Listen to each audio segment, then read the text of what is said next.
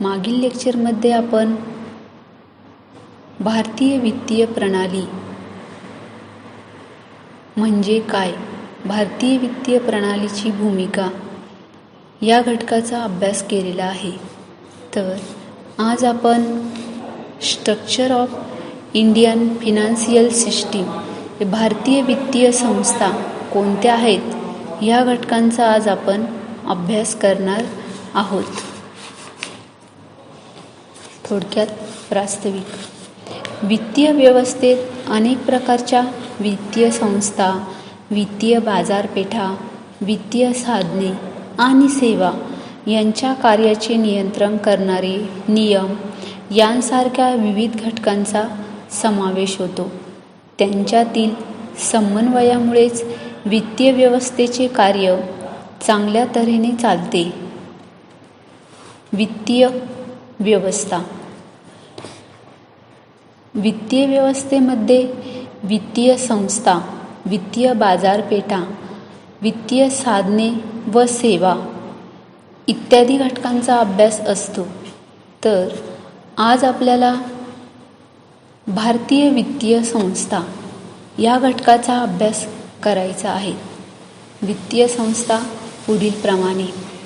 पहिली वित्तीय संस्था नियंत्रणात्मक संस्था. यामध्ये वित्तीय मध्यस्थ, वित्तीय बाजारपेठा आणि इतर संस्थांचे कार्य सुलभ पद्धतीने होण्याचा प्रयत्न निर्णयात्मक संस्था करत असतात. त्यासाठी नियंत्रणात्मक संस्था त्यांच्यावर योग्य प्रकारचे नीतिनियम लादत असतात. सर्वसाधारणपणे देशातल्या मध्यवर्ती बँकांकडे किंवा चलनाधिकाऱ्याकडे हे काम सोपविले जाते. अर्थव्यवस्थेत अनेक प्रकारच्या वित्तीय संस्था आणि कायदे वित्तीय व्यवस्थेचे नियंत्रण करण्यासाठी अस्तित्वात आलेले आहेत. ते पुढील तक्त्यात दाखविलेले आहेत. वित्तीय व्यवस्था नियंत्रण. यामध्ये 2 घटक आहेत. पहिले आहे संस्था, दुसरा घटक आहे कायदे आणि धोरणे. संस्थांमध्ये पहिला पॉईंट वित्त मंत्रालय. वित्त मंत्रालयामध्ये भारतीय रिझर्व्ह बँक, सेबी व इतर. आणि कायदे आणि धोरण यामध्ये बँक व्यवसाय नियंत्रण कायदा 1949, फेमा 2000, चलन व पतधोरण आणि केंद्रीय अर्थसंकल्पन हे भारतीय वित्त व्यवस्थेची नियंत्रण रचना आहेत. वित्तीय व्यवस्थेचे कार्य सुलभपणे चालावे यासाठी सरकार आणि चलनाधिकारी वित्तीय व्यवस्थेच्या कार्याचे नियंत्रण आणि पर्यवेक्षण करत असतात. ही नियंत्रण संघटना भारतातील वित्तीय व्यवस्थेचा अविभाज्य भाग आहे. यामध्ये बँक व्यवसाय नियंत्रण कायदा 1949 बँक मध्यस्थांचे नियंत्रण करण्यासाठी मार्गदर्शन करतो. तसेच चलन व पतधोरण देशातील पैशाचा पुरवठा नियंत्रित करतात. तसेच पतपुरवठ्याची उपलब्धता आणि त्यांचा खर्च निर्धारित करण्याचे कामही चलन आणि पतधोरण करते. फेमा 2000 भारतातील परकीय चलन व्यवहार नियंत्रित करण्याचे काम करतो. दुसरी संस्था वित्तीय मध्यस्थ संस्था. या अशा व्यवसाय संस्था असतात की ज्या ठेवीदारांच्या ठेवी गतिशील करण्याचे आणि सुरक्षित सांभाळण्याचे काम करतात. त्याचबरोबर वित्तीय सेवाही पुरवितात. भारतातील वित्तीय मध्यस्थ संस्थांचे विश्लेषण पुढील तक्त्यामध्ये केलेले आहेत. त्यामध्ये वित्तीय मध्यस्थ. वित्तीय मध्यस्थचे 2 घटक आहेत. एक बँक व्यवसाय संस्था, दुसरा बिगर बँक संस्था. बँक व्यवसाय संस्थेमध्ये देखील 2 घटक आहे, व्यापारी बँका, सहकारी बँका. आणि बिगर बँक संस्था यामध्ये 3 घटक आहेत. पहिला घटक आहे विकास वित्तीय संस्था, दुसरा घटक आहे गुंतवणूक कंपन्या, तिसरा घटक आहे बिगर बँक वित्तीय कंपन्या. वित्तीय मध्यस्थ संस्थांकडून केल्या जाणाऱ्या प्राथमिक कार्यांच्या आधारे बँक व्यवसाय संस्था व बिगर बँक व्यवसाय संस्था अशा 2 गटात त्यांचे वर्गीकरण करण्यात येते. हे या तक्त्यामध्ये दर्शविले आहेत. या 2 संस्थांची देयता आणि त्यांची मालमत्ता या आधारे त्यांच्यात फरक करता येतो. देयतेच्या बाजूने विचार केल्यास बँक संस्थांची प्रमुख देयता म्हणजे त्यांच्या ठेवी. ठेवी काढण्यासाठी बँका धनादेशाची सुविधा देतात. त्यामुळे बँका अर्थव्यवस्थेच्या निधी देण्याघेण्याच्या व्यवस्थेत महत्त्वाची भूमिका पार पाडतात. तसेच अर्थव्यवस्थेतील उपभोग आणि उत्पादन या कार्यालाही हातभार लावतात.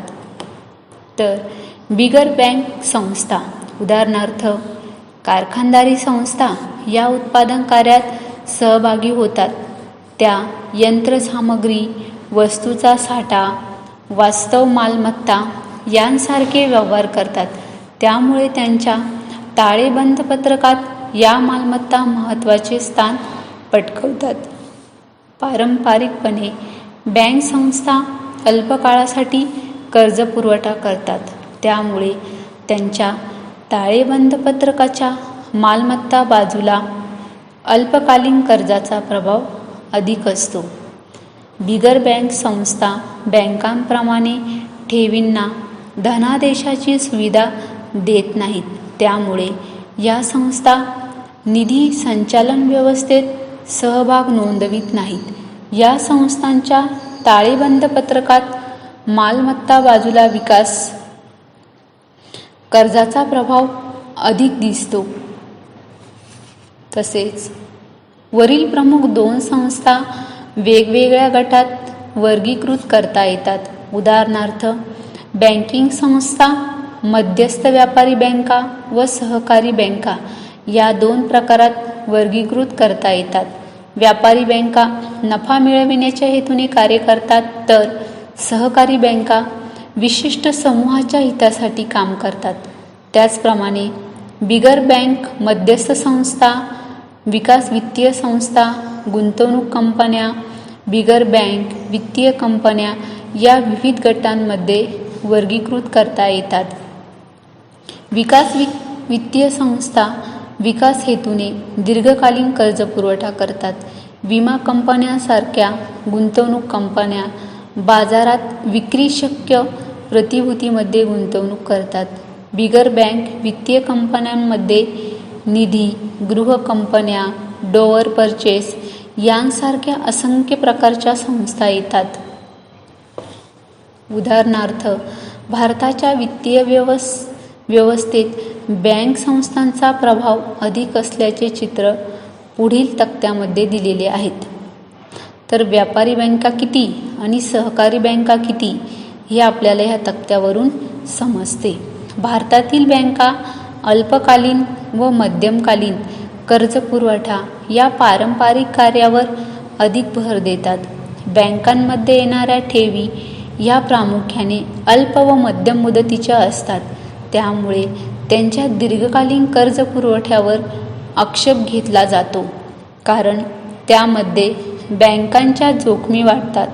आर्थिक सुधारणांच्या काळातील विविध सुधारणांमुळे बँकांना गुंतवणुकीच्या विविधीकरणाच्या अनेक संधी उपलब्ध होतात. त्यामधूनच बँकांचे उत्पन्न वाढण्यास मदत होते.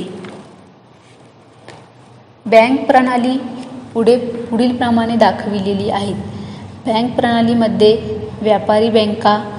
व्यापारी बँकांचे 2 घटक, देशी बँका, परकीय बँका. देशी बँकांमध्ये सार्वजनिक क्षेत्रातील बँका, खाजगी क्षेत्रातील बँका आणि सार्वजनिक क्षेत्रातील बँकांमध्ये राष्ट्रीयकृत बँका, प्रादेशिक ग्रामीण बँका. भारतातील बिगर बँक मध्यस्थ संस्थांमध्ये नाबार्ड, सिडबी, एक्झिम बँक, राष्ट्रीय गृह बँक, राज्यस्तरीय वित्तीय महामंडळ यांसारख्या विकास वित्तीय संस्था, भारतीय आयुर्विमा महामंडळ, सर्वसाधारण विमा महामंडळ, प्रायमरी डीलर्स, म्युच्युअल फंड्स व बिगर बँक वित्तीय कंपन्या यांसारख्या संस्थांचा समावेश होतो. ज्या संस्थांची परिपक्वता कालावधी अधिक आहे आणि ज्यांना संसाधनांची टंचाई आहे, त्यांची दीर्घकालीन वित्तपुरवठ्याची गरज पूर्ण करण्यासाठी विकास वित्तीय संस्थांची सरकारने स्थापना केली आहे. या संस्था दीर्घकालीन कर्ज, भाग विमेकरी, प्रत्यक्ष स्वरूपात रोखे किंवा भाग खरेदी करणे किंवा त्यांच्या विक्रीची हमी देणे या स्वरूपात मदत करतात. चालू भांडवलाची गरज भागविण्यासाठी या संस्था मर्यादित स्वरूपात अल्पकालीन कर्जपुरवठा करतात. अलीकडच्या काळात या संस्थांची वित्तीय स्थिती घसरत असल्याचे दिसते. या संस्थांचे महत्त्व कमी झाल्याचे दिसून येते. संघटित व असंघटित क्षेत्रातील आणि लहान प्रमाणात कर्ज घेणाऱ्या उद्योजकांकडे एक महत्त्वाचा स्रोत असला तरी देशातील एकूण संस्थात्मक वित्तपुरवठ्यामध्ये त्यांचे योगदान नाममात्र आहे. कारण गुंतवणूक संस्था कुटुंबांची अल्पस्वरूपातील बचत एकत्र करतात आणि एकत्रित केलेली बचत ही विविध प्रकारच्या स्थिर उत्पन्न मिळवून देणाऱ्या कर्ज रोख्यांमध्ये करतात किंवा रोखे व कर्ज बाजारात त्यांची गुंतवणूक करतात. तर अशा प्रकारे आज आपण आर्थिक विकासातील वित्तीय संस्था किंवा भारतीय वित्तीय संस्था व त्यांचे काय महत्त्व आहे या घटकांचा अभ्यास आपण आज केलेला आहे.